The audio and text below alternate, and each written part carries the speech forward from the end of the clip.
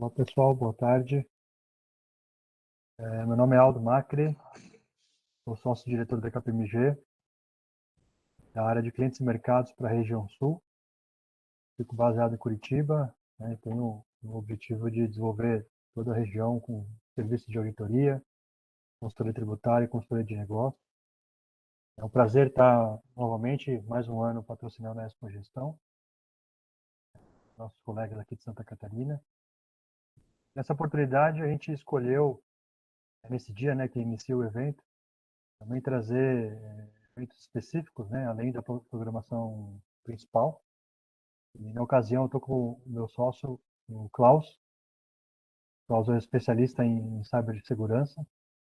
A gente quis trazer, né, a temática de cibersegurança também para dentro da Expogestão, com uma palestra da KPMG, dado a importância, né, do tema, né, tanto, posso dizer, que esse ano, né, tem observado ano a ano que passa, acho que um aumento de casos, né, de ataques, né, de hackers às companhias.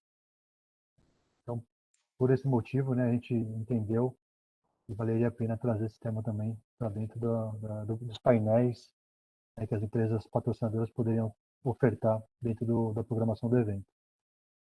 Eu acho que a partir de agora eu passo a bola para ti, Klaus, e encorajo também os participantes, né, que estiverem acompanhando com a gente, a fazerem perguntas utilizando o chat. À medida que a gente avançar com a apresentação do Klaus, a gente terá um tempo lá no final para responder essas perguntas, né? E interagir um pouco com as dúvidas que vocês têm. Feito, Klaus? Passo a bola para ti. Obrigado, Aldo. Bom, boa tarde a todos. Então, sou o Klaus Kissling, sou sócio de cibersegurança da KPMG, responsável principalmente pelo Território Sul. É um prazer estar com vocês aqui na Expo Gestão, para que a gente possa falar sobre esse assunto tão importante que é cibersegurança. Todo dia a gente acaba vendo aí problemas de vazamento de dados, sequestro de dados, né, e outros vazamentos. Então, assim, acho que é bastante importante. A gente está exatamente no final de um ciclo, né, de 2021, onde a gente está saindo de uma pandemia que é, inclusive, uma situação de contingência, né, que a gente está vivendo, porque muitas empresas que optaram por não ter mais as pessoas nos seus escritórios, tiveram que mandar as pessoas para casa para trabalhar em modalidades de home office ou diminuir a intensidade. Isso sim é uma contingência, é uma aplicação de segurança da informação, né? Quando a gente pensa na disponibilidade de ter um serviço, como o serviço do escritório, que não comporta a carga total nesse momento por causa do isolamento. Tá? Então, o que eu trago aqui para vocês? Né? Uma apresentação para fazer pensar sobre gestão de riscos. Né? Então, gestão de riscos de segurança da informação e outro tipo de gestão de riscos que é super importante para dentro da companhia. Então, vamos passar por alguns pontos importantes aqui. Claro que alguns principais ataques, alguns exemplos dos assuntos relacionados à segurança da informação para fazer pensar, para levar o conteúdo para dentro dos times, para que a gente possa, né, tentar vislumbrar quais são as melhores formas hoje de fazer a descoberta desse risco e como tratar. Tá? Vou começar aqui com o contexto mundial, né? O que a gente vê em relação a tantas pesquisas, em relação àquilo que a gente tem, né, de entrevistas que são feitas, ou através de alguns reportes. Então, aqui, por exemplo, a gente tem uma percepção, né, do Pulse em relação ao que os CEOs olharam, né, no período do início da pandemia, ali de julho até agosto de 2020, e agora a gente fez ela em fevereiro de 2021, né, sobre a importância dos assuntos, né, relacionados a risco. Então, quando a gente olha, tem lá uma questão de riscos de talentos. Quando a gente teve aí o começo da pandemia, as pessoas estavam muito preocupadas em perder seus talentos, ou porque os talentos não estavam acostumados a trabalhar em home office, ou porque a gente teve uma crescente muito grande de pessoas que se sentiam desconfortáveis de trabalhar em casa, né? Então, muitos eventos de pessoas que tiveram aí desconfortos, né? Então, a gente viu nas empresas, a gente viu o RH trabalhando bastante. Mas, assim, então, do lado esquerdo aqui a gente tem alguns riscos do começo da pandemia, né, onde as pessoas estavam sinalizando quais são os principais riscos, e a gente vê que no final da pandemia a cibersegurança acabou crescendo bastante. Também pela questão de não conseguir ter tanta efetividade, por exemplo, numa conscientização, mas também porque cada vez mais os sistemas acabaram se mostrando frágeis e vulneráveis, e aí isso acabou fazendo uma crescente. Então, quando a gente olha para os CEOs, grande preocupação hoje, com certeza, a questão de cibersegurança, riscos relacionados a cyber. Tá? Quando a gente vê os CIOs, né, então as pessoas que estão ali com TI, muitas vezes com TI embarcado dentro da área, né, dentro da sua área, responsável por um CIO, desconectado de uma área de risco, desconectado de uma área de controles internos ou compliance, a gente também vê que a grande preocupação é exatamente segurança e privacidade. Claro que privacidade, por causa dessa maturidade que o mundo vem ganhando em relação a leis de privacidade, então, primeiro o GDPR, depois a LGPD, CCPA, Lei 89 do Panamá e tantas outras leis que são tão importantes, né? Mas também a questão de segurança da informação, cada vez mais empírica dentro das conexões que a gente faz, então cada vez mais importante pensar sobre, principalmente, estratégias de segurança da informação, né? Uma pergunta que os nossos clientes têm feito ultimamente é: nossa, como é que eu consigo me preparar para o futuro, né? E os clientes eles têm visto que definir uma estratégia de segurança da informação para o próximo ciclo, como por exemplo 3 anos, tem sido muito efetivo para que a gente possa, primeiro, saber quais são os riscos que eu tenho dentro da minha companhia, quais são os métodos que eu tenho para poder combater esses riscos ou ganhar maturidade, e também já alinhado com a diretoria, quanto de dinheiro eu vou precisar, né? Não só dinheiro, recurso financeiro, mas também recurso de técnico de pessoas, quanto de pessoas eu vou precisar para o meu próximo ciclo para poder projetar essa evolução da minha maturidade de segurança e privacidade. Tá? Aqui a gente tem um reporte super importante, né, 2021, que é o One Risk Report. Ele é do Instituto de Auditores Internos. Então, quando a gente vai olhar ali dentro das 3 linhas de defesa, é o que está preocupando muito os C-Levels, né? Então, quando a gente olha os 3 principais tópicos, os 4 principais tópicos: Data Governance, claro, né, leis de privacidade; Cyber Security, né, os 2 últimos slides acabaram mostrando a mesma coisa, mas também quanto ao restabelecimento da normalidade, né? Então, conseguir identificar, avaliar como funciona a minha gestão de continuidade, quais são meus serviços sensíveis que eu tenho e como eu vou ter uma gestão de crises para poder restabelecer essa normalidade e trazer tranquilidade, tanto para o meu público interno como para o meu público externo, de como eu preciso estar preparado para poder responder a uma crise, né? Então, ter um comitê de crises estabelecido, minimamente saber quem são as pessoas que podem decretar uma crise, quais são as estratégias que já estão documentadas que eu vou ter para cada uma das situações, qual é a documentação que eu vou ter que fazer, porque assim, quando a gente está no meio de uma crise, o sangue ferve e a gente toma decisões erradas. Então, assim, o planejamento de fazer uma condução de crise precisa ser feito com sangue frio. Então, a gente precisa prever quais são as situações de risco que eu posso ter, minimamente as categorias, né? Então, por exemplo, uma crise vai começar, por exemplo, pode começar por um incidente. Fazer uma avaliação: esse incidente é interno ou externo?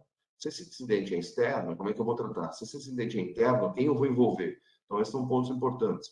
Outro ponto super importante, por exemplo, quando a gente olha para a gestão de crise e continuidade, que é a boa prática, que é a 22301, né, que a ISO responsável traz. Por exemplo, não colocar áreas de RH e comunicação dentro do comitê de crise. Né? TI também, muitas vezes, não colocar essas áreas diretamente dentro do comitê de crise. Por quê? Porque essas áreas são as áreas de suporte. Essas são as áreas que vão desdobrar trabalhos depois do comitê de crise determinar qual é o caminho a seguir. Né? Então, normalmente a liderança, o CIO, o DPO para privacidade e proteção de dados, né? Quem são as pessoas que vão liderar? Legal, tomamos essa decisão, tivemos um vazamento de dados, a partir de agora a gente vai tomar as determinadas ações. Então, vem aqui TI, faz o levantamento do que aconteceu, vem aqui comunicação, faz a comunicação para a NPD, faz a comunicação para o meu público externo, para o meu titular dos dados, falando que eu sofri um vazamento de dados, como é que eu vou fazer? Vem aqui RH, conta para os meus titulares de dados internos, por exemplo, meus funcionários, que a gente teve um vazamento de dados, que os dados ficaram expostos, e como a gente vai tratar. Então, existem algumas áreas que, quando a gente está ali no calor da emoção, a gente acaba colocando para dentro de um comitê de crises que atrapalham mais do que ajudam, que são as áreas que depois vão ter os desdobramentos, tá bom? Bom, e como é que a gente acaba vendo cyber risks, né? Então, assim, qual é a mudança que a gente tem que pensar, né? Então, como ele é visto hoje, no dia atual, né? E qual é o resultado prático que a gente tem. Então, aqui tem alguns fatores super importantes quando a gente olha, né? Como ele tem sido visto. Por exemplo, primeiro, Fatores de risco são ultrapassados. O que isso vai causar? Qual é o resultado prático de eu ter fatores de riscos ou não conseguir fazer a identificação dos riscos? Claro, baixa visibilidade para os executivos de como eu vou tratar esses riscos. Então, a partir da hora que eu tenho ineficiência na hora de fazer a coleta, não vou conseguir trazer visibilidade. Controles ultrapassados, respostas ineficazes, né? Arquiteturas frágeis. Então, assim, não sei aonde, como eu sofri esse determinado ataque. Né? Controles ineficazes. Então, assim, me traz essa fragilidade. Então, esses são pontos super importantes da gente conseguir fazer identificação de riscos. Eu vou mostrar um pouco mais para frente para vocês que talvez o grande sucesso de conseguir tratar o cyber risk hoje, né, e para o próximo ciclo, é exatamente se preocupar ou trazer uma qualidade da informação na coleta. Então, trazer uma qualidade da informação de aonde eu coleto e como eu identifico esses riscos. Tá bom? Então, alguns conceitos importantes, né? Eu trago aqui um exemplo para vocês, né? Como eu falei, o meu objetivo aqui é fazer pensar, né? Então, a gente conseguir desenvolver qual vai ser a boa prática, qual vai ser a boa metodologia. Então, por exemplo, esse aqui é uma metodologia, né, usada pelos bancos da Europa, tá? Eles trazem 5 principais riscos tecnológicos, né? Então, a gente pode pensar em riscos de segurança, né? O que está tudo atrelado à TI, atrelado aos riscos de segurança que podem me trazer um impacto como esse? Riscos terceiros, né? Riscos de outsourcing. Então, como os meus fornecedores hoje podem me causar impacto? A ausência de um determinado serviço, será que eu já tenho contingência para isso? Então, os riscos dos terceiros, como o terceiro pode acabar impactando. Uma mudança, né? Uma mudança de paradigma, muitas vezes, uma mudança de um processo. Até esse momento eu posso fazer isso dessa forma, de repente, a partir de agora eu vou ter que mudar. Então, se preocupar muito, por exemplo, com a experiência do usuário. Muitas vezes o usuário está acostumado a fazer uma coisa de um determinado formato e quando você, às vezes, tenta incrementar, tenta trazer maturidade, tenta fazer de uma forma diferente, essa mudança ela vai sofrer, vai ser prejudicial para o ambiente, porque o usuário muitas vezes não está preocupado com isso, porque o usuário não tem noção disso, não tem ciência, né? Então, tenho visto muitas palestras de dentro de clientes que eu tenho feito de que quando a gente chega e pergunta para o público em geral, por exemplo, em relação ao LGPD, o que são dados pessoais sensíveis, as pessoas não têm ideia. A pessoa não tem ideia do que é um dado que está protegido por uma lei que pode causar um impacto de 50 milhões de reais por incidente. As pessoas não têm impacto de quando ela pega um nome, um CPF, um RG, ela está manuseando um dado que pode identificar uma pessoa. Isso pode causar um... Então, assim, o risco da mudança, esse é bastante importante. É o risco do conceito de analisar como eu estou hoje e como eu vou fazer a transformação tendo o menor impacto possível, principalmente para a experiência que o usuário tem. Tá? Outro ponto bastante importante é integridade, que é manter os meus dados o mais íntegro possível, por exemplo. Então, pensar como eu vou garantir, né, que num determinado reporte que eu vou fazer, ou numa determinada aplicação, ou no guidelines que eu vou desenvolver, né, se eu tenho mesmo a integridade daqueles dados. Os dados que eu estou manipulando, os dados que eu coletei, os dados que eu vou exportar para um trabalho que eu vou fazer, eles são mesmo íntegros, né? Então, tem métodos hoje, tem ferramentas que podem garantir a integridade de um dado desde a sua coleta até a sua manipulação depois. E aí, um item que a gente já falou um pouco, que é exatamente a questão de continuidade e disponibilidade, né? A gente sabe que disponibilidade é um dos 3 pilares de segurança da informação, assim como a integridade também, mas a disponibilidade está sendo cada vez mais requerida. Por quê? Porque eu não ter aquele serviço disponível, não ter aquele recurso de TI, não ter aquela banda, né, do meu fornecedor de internet, vai causar um grande impacto para a companhia. E muitas empresas não têm noção de quanto tempo ela pode ficar em contingência, né? A gente tem aí o BCI e o DRI, são as 2 grandes entidades mundiais que tratam do assunto de gestão de continuidade, elas que fazem os ajustes lá na 22301, como eu citei. Mas, assim, tem alguns indicadores importantes que é, se uma empresa grande acaba sofrendo um impacto significativo de disponibilidade, 93% dessas empresas fecham as suas portas em 5 anos. Quer dizer, 93% das empresas que sofreram um grande impacto de disponibilidade fecharam suas portas, encerraram as atividades, porque ela não conseguiu se restabelecer, ela não sabia qual era o caminho a seguir, não conseguiu se restabelecer. Então, esse é um ponto aí bastante importante, tá bom? Aqui eu trago para vocês exatamente, né, a questão da captura e qualificação da perda do passo a passo, né? Então, aqui eu tenho as 4 etapas para que a gente percorra, exatamente para poder chegar no final e ter, né, o monitoramento da avaliação desse risco. Então, primeira questão, né, super importante, fazer o mapeamento dos valores ativos, dos ativos que você tem, saber quais são os valores mais críticos, saber quanto esse valor tem que estar disponível ou não, né? E quanto é o impacto que isso vai causar. E aí sim a gente vai ter uma ideia, né, de quanto que eu vou perder de dinheiro, quanto eu vou perder de reputação, quanto eu vou sofrer de uma sanção, seja ela administrativa ou de um contrato, porque eu perco o SLA. Então, a partir desse momento, a gente consegue inserir isso dentro do negócio, verificar quais são os controles corretos que eu deveria aplicar.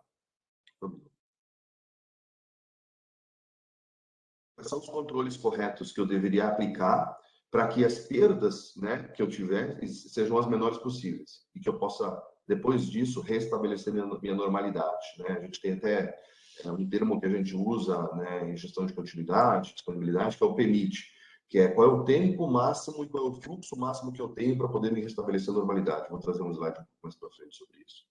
Tá? Então, aqui, é bastante importante para poder fazer essa reflexão como a gente vai conseguir fazer a identificação desse determinado risco e tratar esse risco dentro de casa. Tá? Aqui eu tenho um exemplo, né? Talvez o maior exemplo que a gente vê aí nesses últimos dias, nessas últimas semanas, né?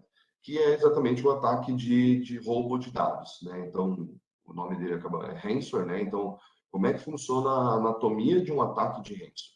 Né? Então, assim, será que hoje dentro da empresa eu estou preparado para poder seguir todas essas etapas? Né? Então, será que eu consigo fazer uma avaliação de quais são os potenciais riscos que eu tenho, por exemplo, no meu acesso inicial? Como eu vou fazer a condução e a preparação, né, para poder combater um ransomware? E qual é o impacto, né, que ele vai fazer? Porque esse aqui é o caminho que o atacante faz. Então, por exemplo, o atacante, normalmente, ele vem e ele rouba uma credencial de um usuário.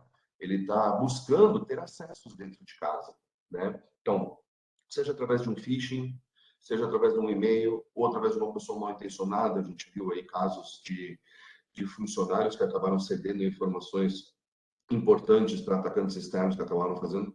Mas, assim, qual é o grande objetivo? O grande objetivo é ter credenciais com acessos privilegiados. A partir da hora que você tem credenciais com acessos privilegiados, você toma algumas ações internas que vão, primeiro, mensurar, né? O atacante vai olhar e vai falar assim, qual é a máquina, quais são os computadores que vão causar maior dano a essa empresa. Como é o meu processo de backup? Porque, legal, eu posso roubar os dados de uma máquina, mas ele vai voltar ao backup. Então, quer dizer, será que existe um processo de backup que funciona dentro dessa empresa? Se esse backup funciona, como é que o atacante vai pensar em inutilizar essa questão? Como é que eu vou fazer para destruir o backup ou minimamente inutilizar os últimos backups para que ele não tente fazer esse resgate? Então, aqui, como eu falei, tem alguns exemplos, né? Então, verificação de serviços que estão expostos na internet, algum documento que possa ter um código malicioso, até a hora da consolidação e da preparação do ataque, que é exatamente o comando e controle, a gente fala, que é quando ele detém o comando e tem o controle sobre aquela informação. Então, ele chegou com um usuário privilegiado na base de dados que ele acaba querendo criptografar, né? A partir desse momento, ele exerce aí são dois tipos de ataque, né? Tanto movimentação lateral, que é buscar usuários com o mesmo perfil que eu tenho, e escalação de privilégio, que é buscar ter novos privilégios, até a hora que eu vou fazer o impacto dos dados, que tem três principais categorias. Exfiltra os dados, quando a gente tem um vazamento, né? Então rouba os dados para fora, faz a destruição dos backups, tá? Para quê? Para garantir exatamente de que quando eu vou pedir o resgate desses dados, ele não tenha como restabelecer a normalidade. E, por último, faz a criptografia de dados, né?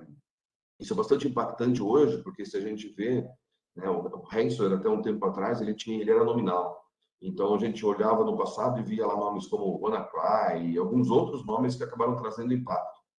Hoje, os tipos de ataque mudaram de categoria, né? Eles são famílias de ataques de ransomware. Então hoje já existem 23 famílias de ataques conhecidos, que são tipos de ransomware diferentes. Hoje a gente já tem mais de 100 agentes, né, de criptografia, então 100 tipos de ransomware diferentes que podem causar impacto assim.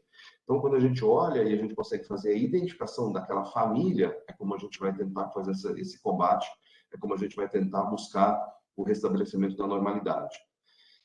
E aí, o que acontece? Tem uma criptografia de dados, passa um período pequeno, normalmente, para que as empresas possam fazer o resgate, né? Então, tem uma criptografia de dados, um determinado gestor ou um grupo de pessoas vai acabar recebendo uma notificação por e-mail, uma outra forma de notificação, falando, roubei os seus dados, né? Se você quiser ter os seus dados de volta, por favor, me deposite essa quantia de R$ 1 milhão, R$ 1 milhão pequenininho, né? 100 milhões de reais, e eu vou te mandar a chave criptográfica de volta. Ou seja, numa analogia, é como se eu pegasse toda a sua informação, colocasse dentro de um cofre, e aí eu tivesse uma chave, né, muito poderosa, que você não consegue destruir o cofre, você não consegue abrir para poder restabelecer. Ou seja, me paga 100 milhões de reais que eu te devolvo essa chave, né?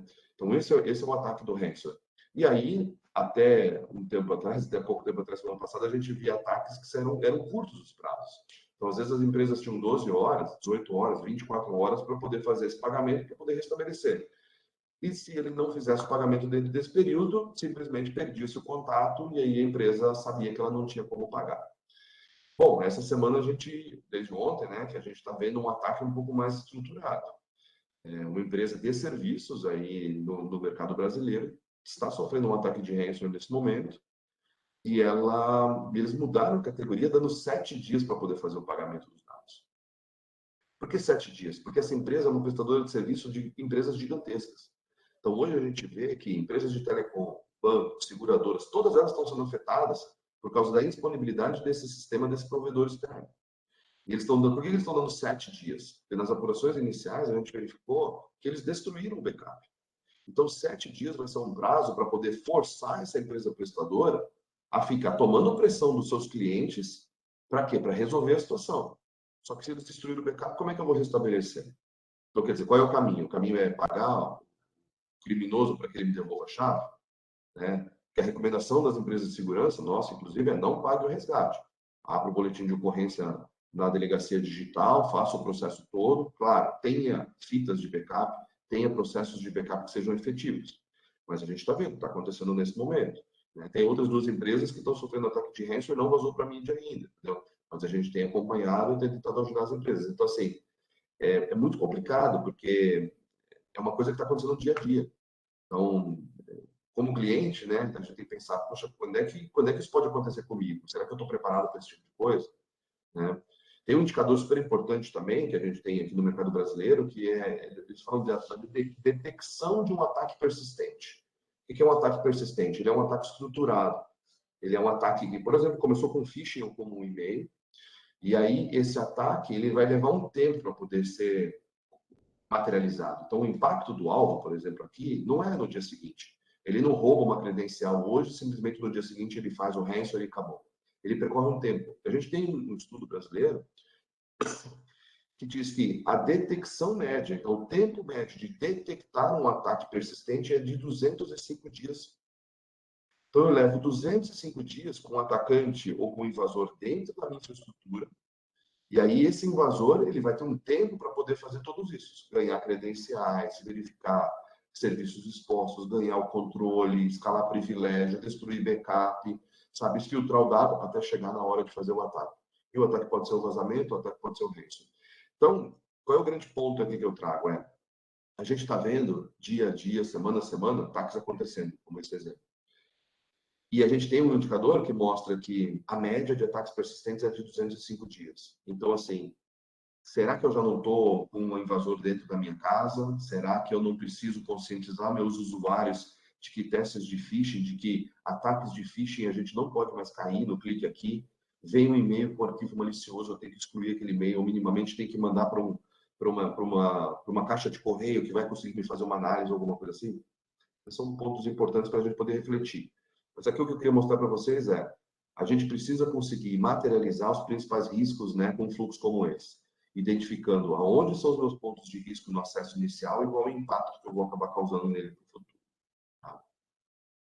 Aqui a gente tem uma questão também para ransomware, né? Então a gente tem aqui uma adaptação de mudanças pensando no ransomware, né? Então, assim, essas são as categorias de atividades que eu vou ter dentro de casa, exatamente para poder me preparar ou me prevenir em relação a um tipo de vazamento como esse, a um tipo de roubo de informação. Então, tudo começa por conseguir avaliar o risco, como eu falei, treinar as pessoas, né? Fazer uma avaliação remota para poder saber se alguém de fora não consegue fazer, com testes de invasão, com análise de vulnerabilidade, com testes de estresse, né? Como é que eu faço? Avaliação dos meus backups, muito importante hoje, né? Tenho falado com meus clientes, se você faz só backup na fita, sabe? Salva um backup a cada 15 dias, bota bota na cloud, contrata um serviço de cloud. A gente fechou, tem um cliente que a gente fechou na semana passada aí, um estudo como esse. A gente fez uma avaliação e está custando R$ 2.000 por mês, para vocês terem uma ideia para esse cliente. Ele pega todo o backup dele quinzenal que ele tem, ele startou uma VM, né, numa cloud, copia o backup full para dentro dessa cloud e ele simplesmente deixa a VM lá desligada. A gente sabe que o caro da cloud não é armazenamento de dados. O caro da cloud não é transferir os dados. O caro é eu manter uma máquina ligada e eu estar processando essa máquina.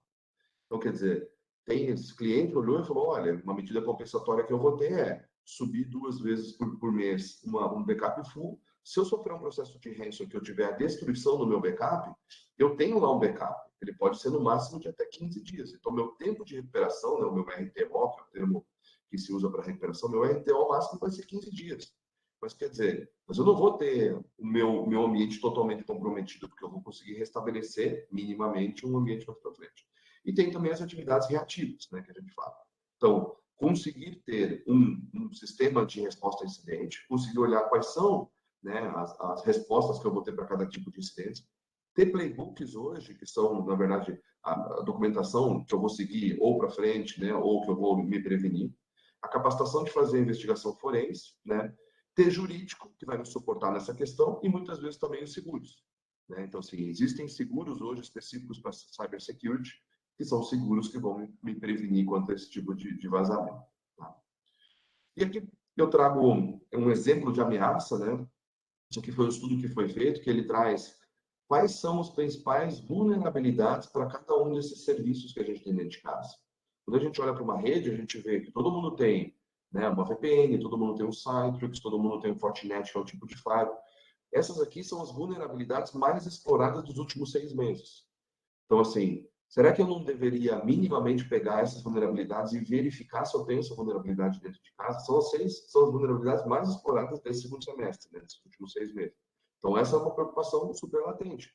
Eu consigo olhar falando, legal. Então, assim, eu consigo olhar aqui que, por exemplo, no Sophos, no Palo Alto, no F5, né, que são alguns tipos de elementos de rede que eu tenho, essas são as vulnerabilidades mais exploradas. Então, assim, já estou ganhando de bandeja de olhar e falar, verifica essas pelo menos, porque essas aqui são aquelas que estão causando o maior tipo de dano, entendeu?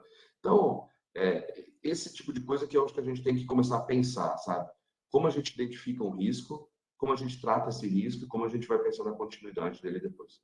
E aí, por último, eu trago o slide aqui que eu falei do PERMIT, né, que é o slide do retorno à normalidade. Então, aqui eu tenho um exemplo de com gestão de continuidade e sem gestão de continuidade. Então, vocês podem ver que as empresas que já pensaram sobre os impactos, né, sobre os incidentes que tem, eles vão ter sim uma queda. A queda é muito menor e o restabelecimento da normalidade é muito mais rápido. Né? Por quê? Porque eu já sei quais são as respostas que eu tenho que fazer, eu já previ quais são as estratégias que eu vou ter para dentro do meu ambiente e a partir desse momento a recuperação se torna muito mais rápida. Né? Então, as empresas que eu citei, que estão entre as empresas que sofreram um grande impacto, né, e nunca tiveram, são essas mais do ponto tracejado. Ela pode restabelecer a normalidade num longo prazo, mas ela sempre vai ser impactada quanto a isso, então ela sempre vai sobrar um residual para poder fazer esse tratamento. Bom, do conteúdo que a gente tinha para poder conversar, compartilhar hoje, é isso. A gente abre para perguntas aqui, se algum dos participantes, dos convidados tiver pergunta, a gente também está aqui para poder tentar sanar elas com vocês.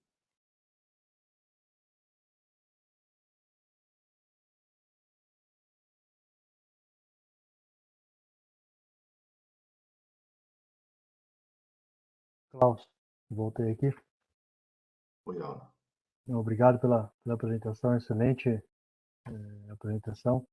Eu sempre gosto de trazer um exemplo clássico de um cliente aqui da região, caso de phishing, né?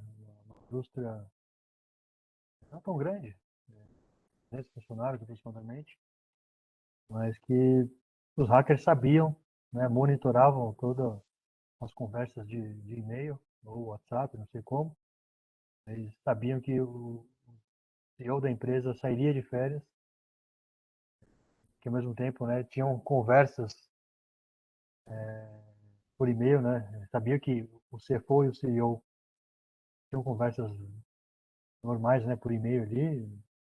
E aí, nesse ataque de phishing, né, alguém se passou pelo CEO, mandando uma mensagem para o CFO pedindo um pagamento, né? Pediu que o CFO fizesse um pagamento internacional, né, em dólar, relacionado a um fornecedor XPTO. E o CFO, confiando, né, viu que o e-mail veio no nome do CEO, acabou mandando esse pagamento para o banco, né?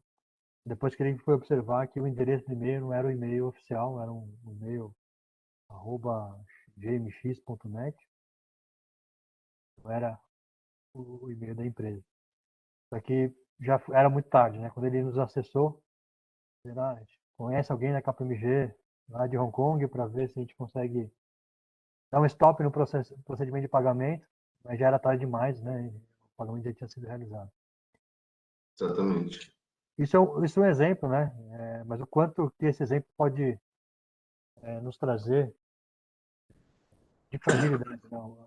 Olhando para o meu contexto, né, organizacional, o quanto que eu posso estar ou não frágil do ponto de vista de segurança da informação, seja no âmbito das pessoas, né? Pode ter um problema, né, da pessoa em si ali, nesse caso pelo CFO, mas o quanto que meu ambiente de segurança da informação poderia estar mais preparado para evitar uma situação como essa, né?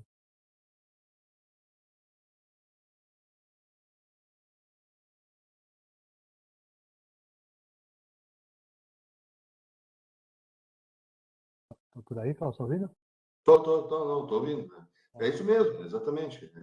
Esse é o ponto. Cada vez mais a gente acaba compartilhando, e aí quando o atacante tem uma informação externa, hoje o ataque mais clássico é o ataque de phishing, entendeu? Engenharia social. Então, quer dizer, quando você chega lá, né, e tem um mínimo de uma informação em que você consegue estabelecer uma relação de confiança com a pessoa que vai ser atacada, fica muito mais fácil, entendeu?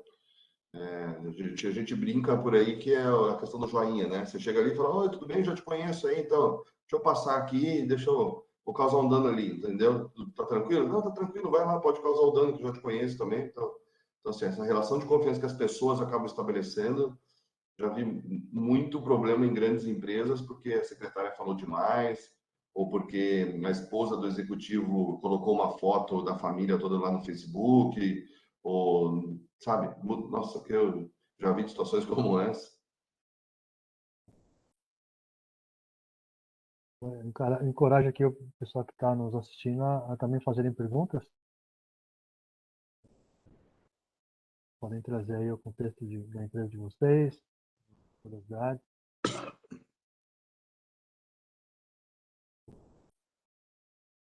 Uma coisa que a gente tem visto muito, né, Klaus, acho que nesse mercado acho que um ponto é a falta de pessoas, né, que têm conhecimento, né, sobre cibersegurança. Nem todas as empresas têm né, um nível de CISO. A gente tem visto muito o próprio gerente de TI, ou uma coordenação, ou um analista sênior que é mais especialista em cyber. Ao mesmo tempo, né, olhando a perspectiva de 2022, né, que você trouxe bem aí de riscos, muito investimento também em ferramentas, né, que podem acabam ajudando, né, na implantação de controles e melhor gerir todo esse contexto de cibersegurança, né? Como que você tem visto esses dois pontos, né? Equipe, pessoas A gente e a tem uma, questão das hoje ferramentas. a gente tem uma carência muito grande de pessoas, né, pensando em cibersegurança. E assim, e tem mais um ponto importante, é que a gente está passando por uma transformação das carreiras, inclusive, né? Porque, por exemplo, até 2, 3 anos atrás, a gente não tinha LGPD. Então, a gente, por exemplo, não tinha um posto de DPO dentro do Brasil. Se a gente olhar que pela NPD hoje, né, pela LGPD, a gente vai precisar, toda empresa vai precisar ter um DPO nominal para poder fazer essa atividade, muitas empresas pegaram os profissionais que são os profissionais de segurança da informação, ou até aqueles profissionais que são advogados, que entendiam muitas vezes da parte de técnica, e estão nominando essas pessoas como profissionais de privacidade, né? Porque é uma carreira nova, porque é uma carreira que paga bem, tem uma responsabilidade gigantesca dentro da companhia, mas está pagando bem. Então, assim, a gente vê muitas empresas hoje, né? Tenho visto muitas empresas hoje que têm cargos abertos de CISOs, que é uma coisa que você não via 3 anos atrás. O cargo de CISO numa empresa era um cara extremamente concorrido, sabe? E você via altos talentos sendo CISOs. Hoje, tem várias empresas que não têm CISOs, às vezes tem gerentes de segurança que não estão preparados ainda para poder exercer um C-Level como esse, ou virar um diretor. Então, assim, tem uma carência muito grande também dessa torre, né, da gente fazer. E essa questão de cada vez mais pessoas e mais empresas precisarem, né? Então, assim, você vai no LinkedIn e digita lá consultor de segurança da informação, tem 200 mil vagas abertas, entendeu? Então, assim, e os próprios prestadores de serviço, né? Hoje a KPMG aqui, a gente tem, sei lá, 15 vagas abertas hoje para profissionais de cyber, dos mais diferentes lugares, né? Eu mesmo tenho vaga aberta para Curitiba, para Porto Alegre, para São Paulo. Então, assim, o mercado está muito carente dessa questão de ter os especialistas, né? Por mais que a gente forme, né? E é o nosso dever aí como empresas que tem o conhecimento, mas está faltando, né? Então, assim, é um mercado super interessante para poder apostar na carreira nesse momento. Legal, perfeito.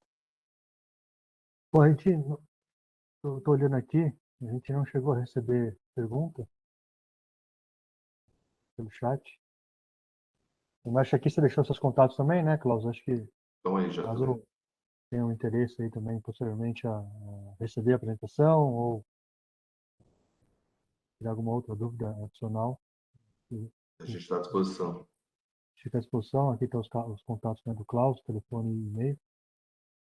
Acho que terminamos por aqui. Obrigado, foi um prazer novamente. Tchau, tchau, pessoal. Tchau, tchau.